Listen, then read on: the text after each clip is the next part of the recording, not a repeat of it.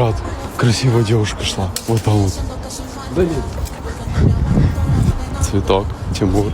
Девушка ехала. Блять, what the fuck? Не, это для тебя ты очень красивая. Мое сердце покорило только что. Вот оттуда шел, увидел тебя. Ты меня знаешь, ты не сошлась со мной взглядами, я просто увидел твой взгляд на себе. Ну, блин, тебе на драйве, что слушаешь? Может, послушать с тобой. Давай, что ты там слушаешь? Я чувствую, как аккуратненько.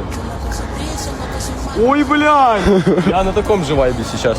Поэтому мы с тобой именно сейчас аккуратненько знакомимся, меняем все контактами. Ты с этим прекрасным цветочком не говоришь, что у тебя нету парня, потому что у тебя нету такой красоты парня, если был, то вы вместе вы гуляли. Поэтому я, наверное, займусь. Не, у меня нету парня, ты прав, у меня есть девушка. Что, прости?